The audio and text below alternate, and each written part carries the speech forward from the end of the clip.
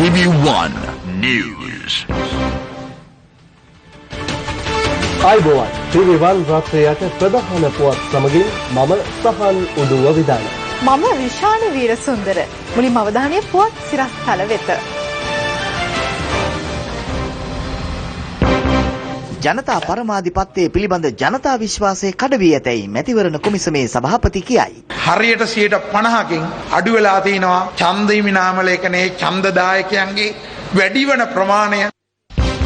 උපවාසයේ නිරතව සිටි මන්ත්‍රී විමල් වීරවංශ බන්ධනාගාර රෝහලට. ඩෙංගු මර්ධනයට නිසි පිළියම් ඉල්ලා ජායලදී විරෝධතාවක්. තලවතුගොඩ ජපන් මිත්‍රත්ව මාර්ගයේදී වාහන 6ක් එකිනෙක ගැටෙයි. දූෂණ විරෝධී උද්ඝෝෂණයක් සංවිධානය කළ රුසියානු විපක්ෂ ናයකයා අත්අඩංගුවේ.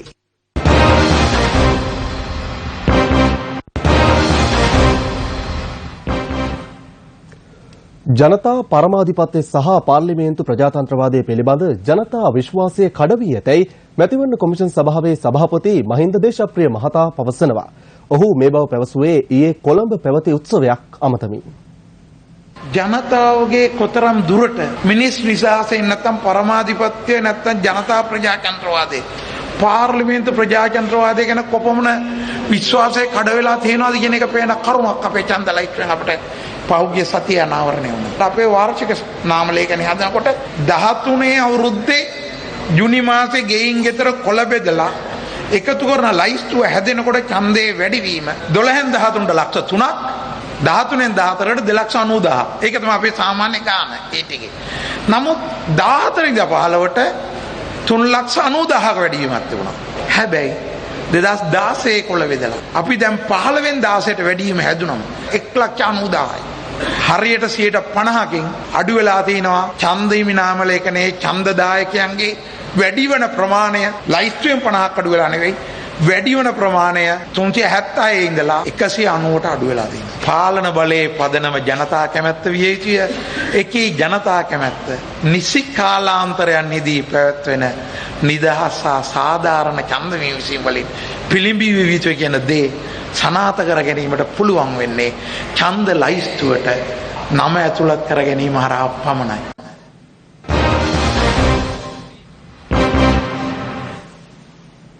විමල් වීරවංශ මන්ත්‍රීවරයා පිළිබඳ පළ කෙරුණු අදහස් කිහිපයක් මේ.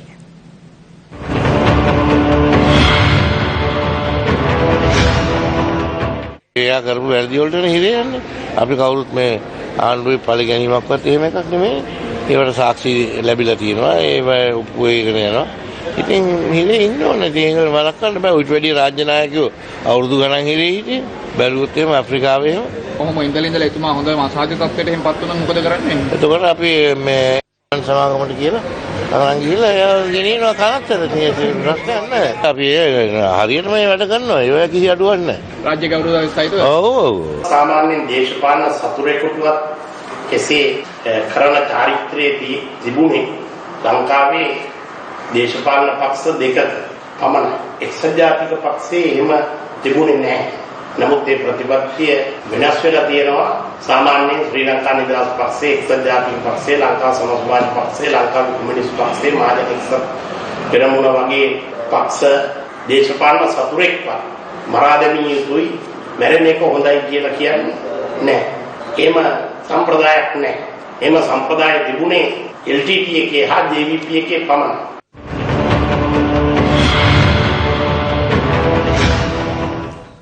බන්ධනාගාර ගතව උපවාසයක නිරතව සිටින පාර්ලිමේන්තු මන්ත්‍රී විමල් වීරවංශ මහතා අද උදෑසන බන්ධනාගාර රෝහලට ඇතුළත් කෙරුණා. දැනට උපවාසයක නිරත වෙලා ඉන්න බන්ධනාගාර ගත කරලා තියෙන පාර්ලිමේන්තු මන්ත්‍රී විමල් වීරවංශ මහතා උදෑසන බන්ධනාගාර වෛද්‍යවරයා විසින් පරීක්ෂා කරනු ලැබුවා. ඒ අනුව ඔහු විසින් තීරණය කළා තියෙනවා බන්ධනාගාර රෝහලට ඇතුළත් කරන්න. ඒ අනුව බන්ධනාගාර රෝහලට ඇතුළත් කරනු ලැබුවා අද දින උදෑසන.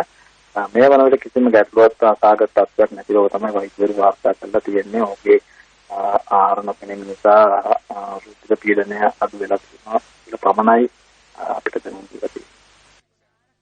විමල් වීරවංශ මන්ත්‍රීවරයාගේ තත්ත්වය විමසා බැලීම සඳහා ජාතික නිදහස් පෙරමුණු පාක්ෂිකයන් සහ පාර්ලිමේන්තු මන්ත්‍රීවරුන් ඇතුළු පිරිසක් බන්ධනාගාරයේ ඉදිරි පිටට පැමිණ සිටියා.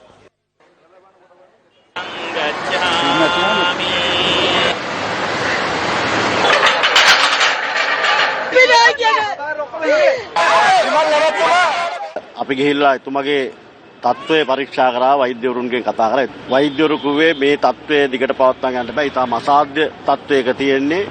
මේ ගැන ඔයගොල්ලෝ කල්පනා කරන්න.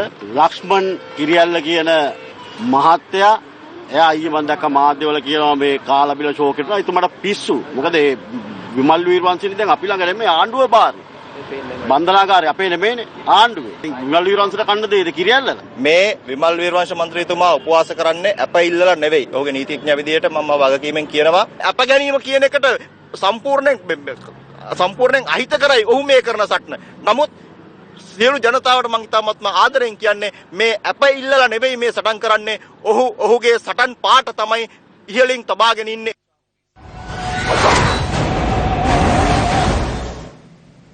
දැන් ස්පොට්ලයිට්.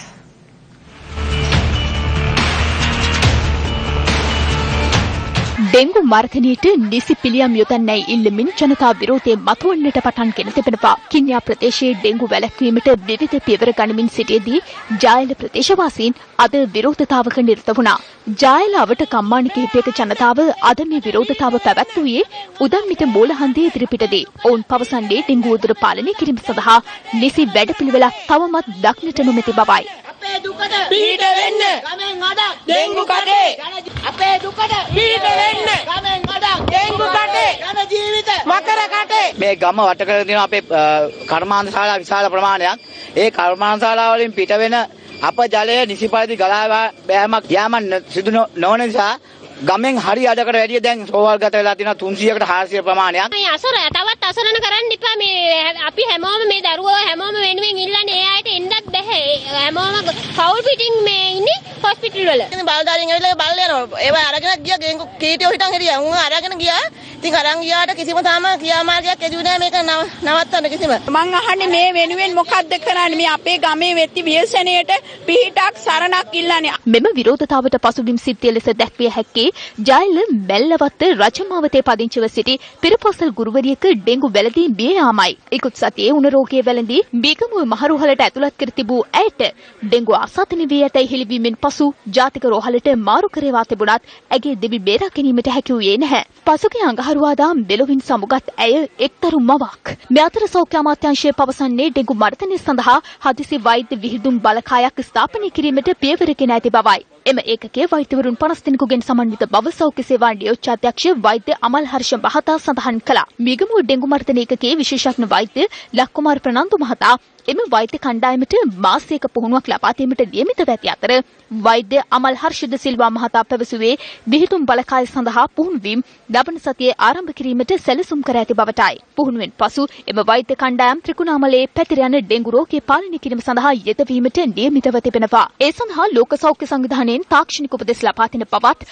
හදිසි වෛද්‍ය විහිදුම් බලකාය සඳහා සිය කැමැත්ත පරිදි වෛද්‍යවරුන්ට එක්විය හැකි බවත් සෞඛ්‍ය අමාත්‍යාංශය පවසනවා. අමාත්‍යාංශයේ නිකුත් කළ නිවේදනයක දක්වන්නේ ත්‍රිකුණාමලයේ දිස්ත්‍රික්කයේ සීක්‍රීන් ව්‍යාප්ත වූ ඩෙංගු රෝගය මේ වන විට පාලනය කර ඇතැයි නැගෙනහිර පළාත නියෝජ්‍ය සෞඛ්‍ය සේවා අධ්‍යක්ෂ වෛද්‍ය ඒ ලදාහරන් මහතා තහවුරු කර ඇති බවයි. වසරේ ගත වූ කාල සීමාව තුළ ත්‍රිකුණාමල දිස්ත්‍රික්කයෙන් වාර්තා වූ ඩෙංගු රෝගීන් සංඛ්‍යාව 2983. ත්‍රිකුණාමලය, මුත්තූර්, කින්යා, ගොමරන් කඩවල, උප්පුවේලි, කුච්චවේලි සහ කුරුංචල්කනී යන ප්‍රාදේශීය සෞඛ්‍ය සේවා කොට්ටාසවල පුද්ගලයන් 15 දෙනෙකු ඩෙංගු වැළදී මිය ගොස් තිබෙනවා. එම ප්‍රදේශ ආශ්‍රිතව ඩෙංගු මදුරු මර්ධන සතියක් ක්‍රියාත්මක කෙරෙන්නේ පසුගිය 22 වෙනිදා සිටයි.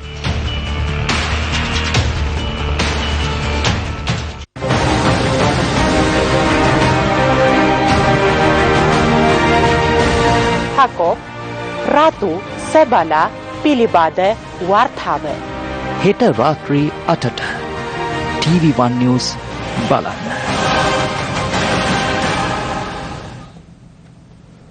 ආනමඩුව, වැලිමඩ, වැලිගම සහ වැලිවේරිය ප්‍රදේශවලින් පුද්ගල ඝාතන 4ක් වාර්තා වුණා.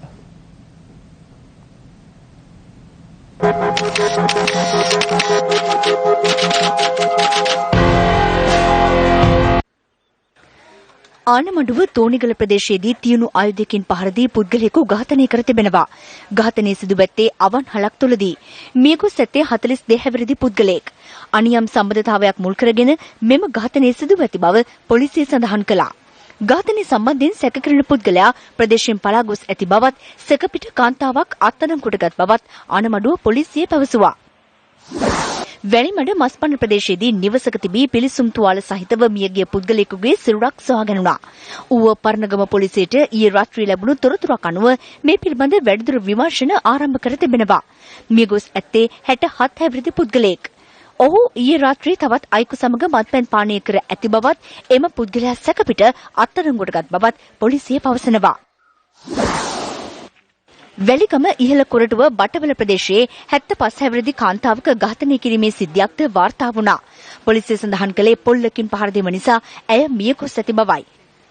එම කාන්තාවට මානසික ආබාධයක් සහිත පුතෙකු සිටින බවත් අද උදැසන නිවසේදී ඔහු ඇයට පහර දී ඝාතනය කර ඇතැයිද සැක කරන බවටත් පොලිසිය ප්‍රකාශ කළා. පොලිසිය පවසුවේ 40 හැවිරිදි එම පුද්ගලයා අත්අඩංගුවටගෙන ඇති බවයි. මේ අතර වැලිවේරිය කිරිකිත්ත ප්‍රදේශයේ නිවසක ඇති වූ ගින්නකින් 75 හැවිරිදි කාන්තාවක මිය යාමේ සිද්ධියක් සම්බන්ධයෙන්ද පොලිස් පරීක්ෂණ ආරම්භ කර තිබෙනවා. පොලිසිය පැවසුවේ ගින්න ඇතිවන අවස්ථාවේ එම කාන්තාවගේ ස්වාමි පුරුෂයා නිවසේ ඉදිරි කාමරයක සිටි ඇත බවයි. මේ එම නිවැසියන්ගේ අසල්වැසියෙක්. කෑ ගහනකොට මම හද්දේට ආවා. එනකොට ගේ ඇතුළේ හොව්වාලා ගිනි ගන්නවා. මම පටපට ගාලා වතුර ගැහුවා. වතුර ගහලා ඉතින් ගින්න නිවන්න උදව් වුණා. වැලිවේරිය පොලිසිය මේ පිළිබඳව වැඩිදුර පරීක්ෂණ ක්‍රියාත්මක කරනවා. ගම්පහ ප්‍රදේශයේ ඖෂධ අලෙවිසැලක සිදු වූ සොරකමක් සම්බන්ධයෙන්ද පොලිසිය පරීක්ෂණ ආරම්භ කර තිබෙනවා. ඉහළ ඉඹුල්ගොඩ ප්‍රදේශයේ පිටි එම අලෙවිසැලට ඊයේ රාත්‍රී 9:30ට පමණ පිරිසක් ඇතුළු වන ආකාරය එහි CCTV කැමරාවල සටහන්ව තිබෙනවා.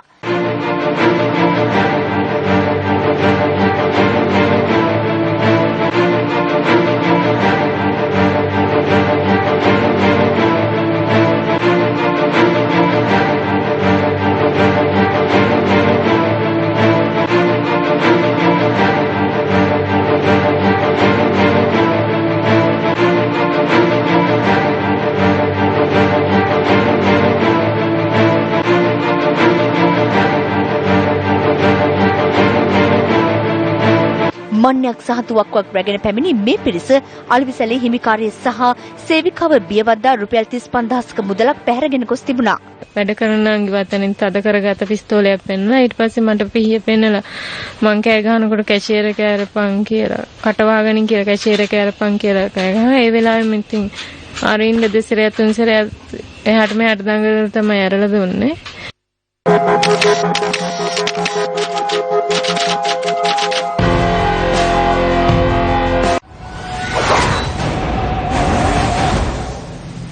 ක්‍රියානතුරු 4කින් පුද්ගලයන් 2 දෙනෙකු මිය ගොස් තවත් 9 දෙනෙකු තුවාල ලබා තිබෙනවා. අද සහ ඊයේ එම අනතුරු වාර්තා වුණේ තලවතුගොඩ, මිද්දෙනිය, මස්කෙලිය සහ මදුරන්කුලේ යන ප්‍රදේශවලින්. පුත්තලම කොළඹ ප්‍රධාන මාර්ගයේ අද පසුරුවේ සිදු වූ එක් අනතුරකින් කාන්තාවක සහ තවත් පුද්ගලයෙකු මිය ගියා. පොලිසිය පැවසුවේ මුන්තලම මදුරන්කුලිය සිම්පට්ටි ප්‍රදේශයේදී මෙය සිදුව ඇති බවයි. වැන්වතයක් සහ ත්‍රිරෝද රථයක් එකිනෙක ගැටීමෙන් මෙම අනතුර සිදුව තිබුණා. මියගොස් ඇත්තේ ත්‍රිරෝද රථයේ ගමන් කරමින් සිටි දෙදෙනායි. ඔවුන් හලාවත ප්‍රදේශයේ පදිංචිකරුවන්. පොලිසිය පැවසුවේ මෙම අනතුර සම්බන්ධයෙන් වෑන් රථයේ රියදුරු සැකපිට අත්අඩංගුවටගත් බවයි.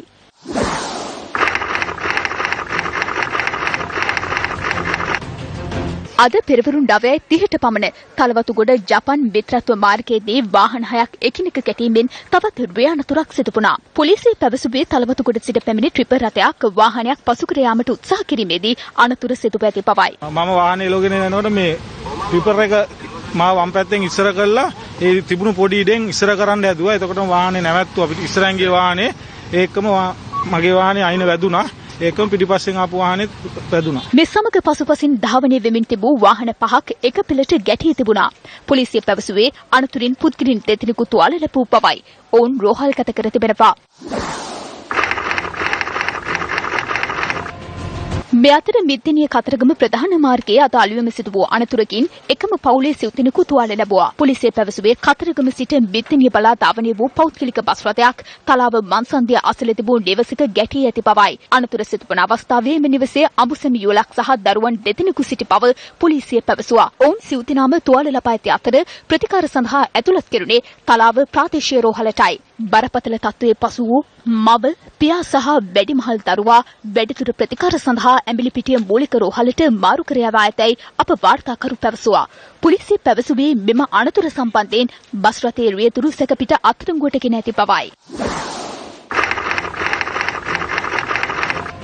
මේ කුඩා මස්කිලිය සිට මස්කිලිය බලා ධාවනය වූ ත්‍රිරෝද රථයක් අඩ 100ක පමණ ප්‍රපාතයකට පෙරලීමෙන් සිදු වූ අනතුරක්.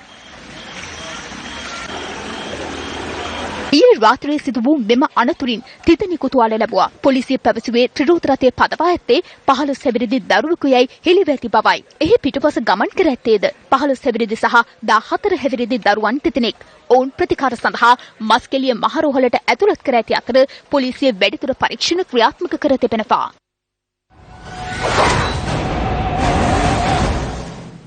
ක්‍රියානතුරු වලින් ජීවිත රැසක් අහිමි වන යුගයක පැරණි මෝටර් රථ රැලියක් අද කොළඹදී පැවැත්වුණා. නොදුවණු මග දමා එහි තේමාවයි. ලංකා ඔටෝමොබයිල් සංගමය මෙම මෝටර් රථ රැලිය සංවිධානය කළා. රැලියට එක් කර තිබූ ඉපැරණි මෝටර් රථ සංඛ්‍යාව 100ක්.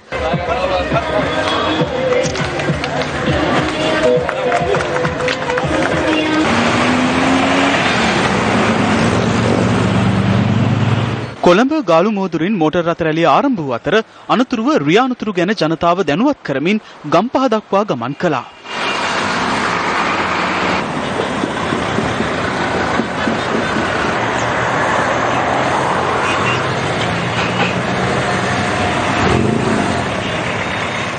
අද දවසින් දවස ලංකාවේ දවසකට 9 දෙනෙක් මිය යනවා මහපාරේ. මේක 2400 වෙලා තිබුණා මේ දශකේ පටන් ගන්නකොට 2010 දී දැන් 2900 වෙලා තියෙනවා අවුරුද්දට මිය යන සංඛ්‍යාව. මේ දවසින් දවස වැඩි වෙන මේ මාර්ග අනතුරු සංඛ්‍යාව අඩු කර ගැනීමට තමයි මේ පණිවිඩය දෙන්නේ. ශ්‍රී ලංකා මුහුදු තීරයේ නීති විරෝධී ලෙස මසුන් ඇල්ලීමේ නිරතව සිටි ඉන්දිය ජාතික ධීවරයන් 12 දෙනෙකු නාවික හමුදාවේ අත්අඩංගුවට පත් වුණා. මෙම ධීවරයෙන් ලබන මාස 4 වෙනිදා දක්වා රක්ෂිත බන්ධනාගාරගත කිරීමට අද තීරණය කෙරුණා. ඒ කයිට්ස් ඌර්ගාවතුරේ මහේස්ත්‍රාත් අධිකරණයේදී අදාළ නඩුව විභාග කිරීමෙන් අනතුරුවයි. මොවුන් ඊයේ රාත්‍රියේ නෙඩන්තීව මුහුදු තීරයේදී මෙලෙස නීති විරෝධී ලෙස මසුන් දඩයීමේ නිරතව සිට තිබෙනවා. ධීවර දෙපාර්තමේන්තුවේ යාපනයේ දිස්ත්‍රික් අධ්‍යක්ෂ ජයරාජ සිංහම් සුධාකරන් මහතා පැවසුවේ පසුගිය සති දෙකක කාලය තුළ මෙලෙස අනවසර මසුන් ඇල්ලීමේ නිරතව සිටි ධීවරයින් 30 දෙනෙකු පමණ අත්අඩංගුවටගත් බවයි.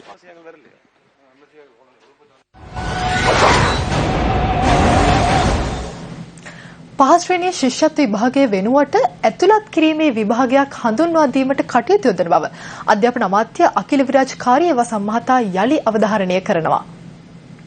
ශිෂ්‍යත්වය සඳහා උදේ පාන්දර දරුවන්ට අඩුම ගානේ පැය 6ක්වත් නිදියන්න ලැබෙන්නේ නැහැ. ඒ නිසා මේ සම්බන්ධයෙන් මම ඉදිරියේ තීරණයක් ගන්න ඉන්නේ. ශිෂ්‍යත්ව විභාගයේ වෙනුවට ඇතුළත් වීමේ විභාගයක් වගේ එකක් දාලා ඒ ඇතුළත් වීමේ විභාගයට පාසල් 3ක් වගේ තෝරගන්න දීලා ඒ වගේ මේ ශිෂ්‍යත්ව විභාගයේ තියෙන බල අඩු කරන්න හදන්න. පාසල් තෝරා ගැනීමට පමණක් එහෙම නැත්නම් පාසල් කීපයක් තෝරගන්න දාලිවලා වෙන වැඩ පිළිවෙලක් හදන්න මම දැන් අධ්‍යාපන අංගයේ පිරිසක් දාලා තියෙනවා මම හදලා දෙන්න කියලා.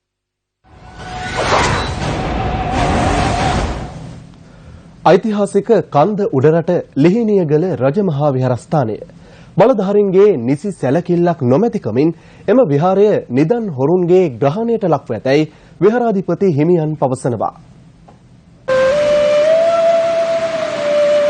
මහනුවර නගරයේ සිට කිලෝමීටර් 50ක් පමණ දුරින් ඇති ලිහිණියගල ගම්මානයේ මැදේ මෙම රජමහා විහාරස්ථානය පිහිටා තිබෙනවා.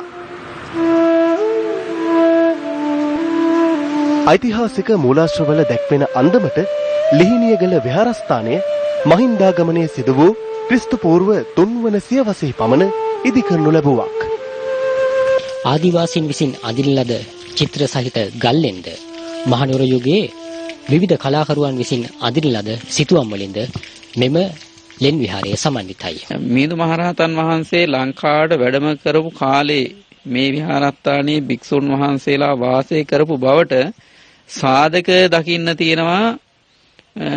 සෙල්ලිපියක් ක්‍රිස්තු පූර්ව 3 වෙනි සියවසට අයිති සෙල්ලිපිය කියන එක පුරාවිද්‍යා දෙපාර්තමේන්තුවේ මේ වෙනකොට තහවුරු කරලා තියෙනවා. විහාරස්ථාන පරිශ්‍රයේ පිහිටි ලෙන් අතුරින් ප්‍රධාන වශයෙන් ලෙන් 3ක් හඳුනාගෙන ඇතැයි විහාරාධිපති හිමියන් ප්‍රකාශ කළා.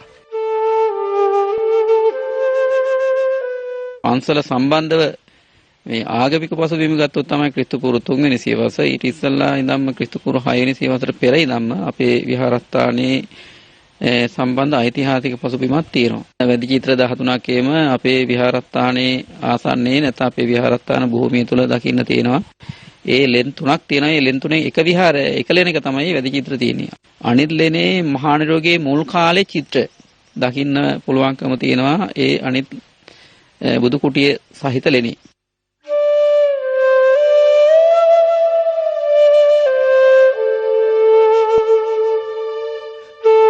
ලිහිණියගල රජමහා විහාරස්ථානය නිදන් හොරුන්ගේ ග්‍රහණයට නතුවීම ඛේදජනක තත්වයක්. විහාරාධිපති හිමියන් පවසන්නේ කඩිනමින් මේ පිළිබඳව බලධාරීන්ගේ අවධානය යොමු විය යුතු බවයි. මෑත කාලේ තිබුණ බුද්ධ ප්‍රතිමා වහන්සේ කඩලා ගියා. ඒ නිසා ඒවා පුරාවිද්‍යා දෙපාර්තමේන්තුවට අපි දැනුම් දීලා තියෙන්නේ. ඒ නිසා මීට වැඩි ටිකක් අවධානය යොමු කරලා කටයුතු කරන හොඳයි කියලා තමයි කියන්න තියෙන්නේ. ඓතිහාසික වශයෙන් මෙන්ම පුරාවිද්‍යාත්මක වශයෙන් වටිනාකමක් පවතින මෙම විහාරස්ථානය රැකගැනීම අප කාගේ යුතුයකමක්. පසුගිය 23 වෙනිදා පාර්ලිමේන්තුවේදී පුරාවිද්‍යාත්මක වශයෙන් වටිනාකමක් ඇති ස්ථාන රැකගැනීමේ වගකීම පිළිබඳව සංවාදයක් ඇති වුණා. ඒ පද්ම උදේශාන්ත ගුණසේකර මන්ත්‍රීවරයා සහ අකිල විරාජ් කාර්යවසම් අමාත්‍යවරයා අතරයි. පසුගිය ආණ්ඩුව පැවති සමයේ පුරාවිද්‍යා වටිනාකමක් ඇති ස්ථාන රැකගැනීමට නිසි වැඩපිළිවෙලක් නොතිබූ බව අකිල විරාජ් කාර්යවසම් අමාත්‍යවරයා එහිදී ප්‍රකාශ කළා. මේවා සංරක්ෂණය කරන්නත් වැඩපිළිවෙලක් තිබුණේ නැහැ.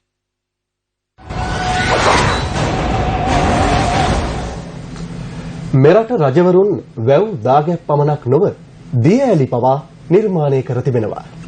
TV1 නිවුස් සත්‍යන්ත චාරිකාවෙන් අද අපි ගමන් කරන්නේ එවන් එක් ස්ථානයක් වෙතයි.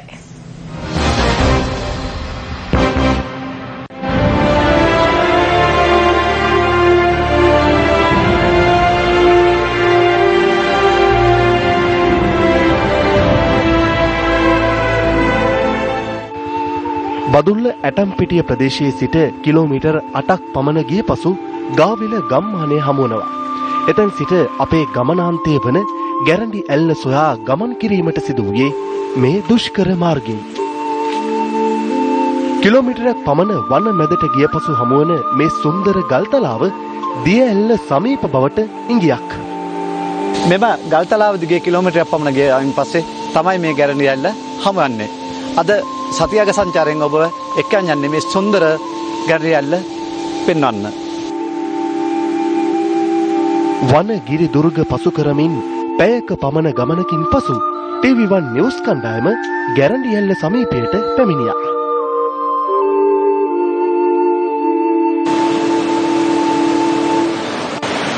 දිය ඇල්ල ඉතාමත්ම සුන්දරයි. ඒ වගේම ගමන ඉතාමත්ම ආකර්ෂණීයයි, භයානකයි.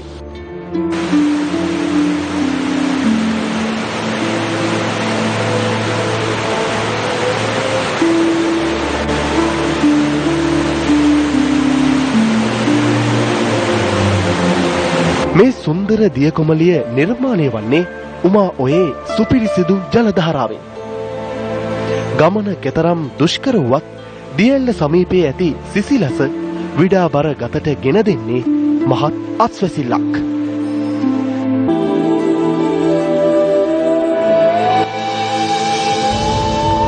ගැරන්ඩි ඇල්ල හා සමැදි ජනප්‍රවාද රැසක් පවතිනවා. වලගම්බ රජුරු මේ ඇත පිටින් ඇවිල්ලා නාන්න හදාගත් පීලක් කියලා තමයි මේ පට බැඳිලා නම හදියා තියෙන විට. තව මේ අවට තියෙනවා ගල් ගෙවල්. මේ ඒ වගේ රජවරු ඇවිල්ලා මේ යුද්ධ කාලේ හැංගිලා හිටපු තැන් එහෙම තිබිලා තියෙනවා.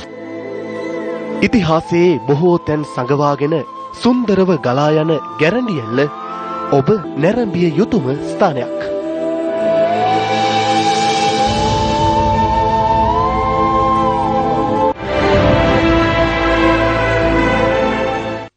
මාලදීවනේ හිටපු ජනාධිපති මොහොමඩ් නෂීඩ් අලුත් දේශපාලන පෙරමුණක් නිර්මාණය කර තිබෙනවා. මෙහි විශේෂත්වය වන්නේ මොහොමඩ් නෂීඩ්ගේ දිගුකාලීන ප්‍රතිවාදියෙකු වූ හිටපු ජනාධිපති මවමුන් අබ්දුල් ගයුම්ද එම දේශපාලන සන්ධානයට ඇතුළත් වීමයි. මාලදීවනේ ප්‍රජාතන්ත්‍රවාදයේ තහවුරු කිරීමේ එකම ක්‍රමවේදය මෙලෙස නව සන්ධානයක් ඇති කිරීම බව මොහොමඩ් නෂීඩ් සඳහන් කර තිබෙනවා.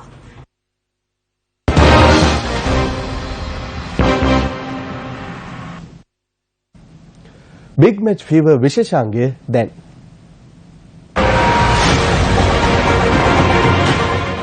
මාතර ශාන්ත තෝමස් සහ මාතර ශාන්ත සර්විසස් විද්‍යාලයාන්තර 117 වෙනි රුහුණු මහා නිල් හටන මහා ක්‍රිකට් තරගය අද ජයපරාජයෙන් තොරව අවසන් වුණා. මාතර උයන්වත්ත ක්‍රීඩාංගණයේ පැවති තරගයේ පළමු ඉනිම ක්‍රීඩා කළ සර්විසස් ක්‍රීඩකයින් පළමු ඉනිමට සියලු දෙනා දැවි ලකුණු 207ක් රැස් කළා. ඊට පිළිතුරු පළමු ඉනිම ක්‍රීඩා කළ ශාන්ත තෝමස් ක්‍රීඩකයින් පළමු ඉනිමට සියලු දෙනා දැවි රැස් කළ ලකුණු සංඛ්‍යාව 211ක්. අනතුරුව දෙවන ඉනිම ක්‍රීඩා කළ ශාන්ත සර්විසස් ක්‍රීඩකයින් කඩලු 6ක් දැවි ලකුණු 174ක් රැස් කරගෙන සිටියේදී ඉනිම අත්හැටුවා. දිනය නිමවන විට දෙවන ඉනිම ක්‍රීඩා කරමින් සිටි ශාන්ත තෝමස් ක්‍රීඩකයින් කිසිවෙකු නොදැවි ලකුණු 20ක් රැස් කරගෙන සිටියා.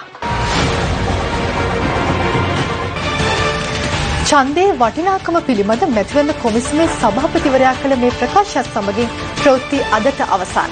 හෙටත් හමු වෙමු රාත්‍රී 8ට. good night. පාර්ලිමේන්තු ප්‍රජාතන්ත්‍රවාදය ගැන කොපමණ විශ්වාසය කඩ වෙලා තියෙනවද කියන එක පේන කරුණක් අපේ ඡන්ද ලයිස්ට්ෙන් අපිට පෞද්ගලික සතිය අනාවරණය වුණා. හරියට 50%කින් අඩු වෙලා තිනවා ඡන්ද හිමි නාම ලේඛනයේ ඡන්දදායකයන්ගේ වැඩි වෙන ප්‍රමාණය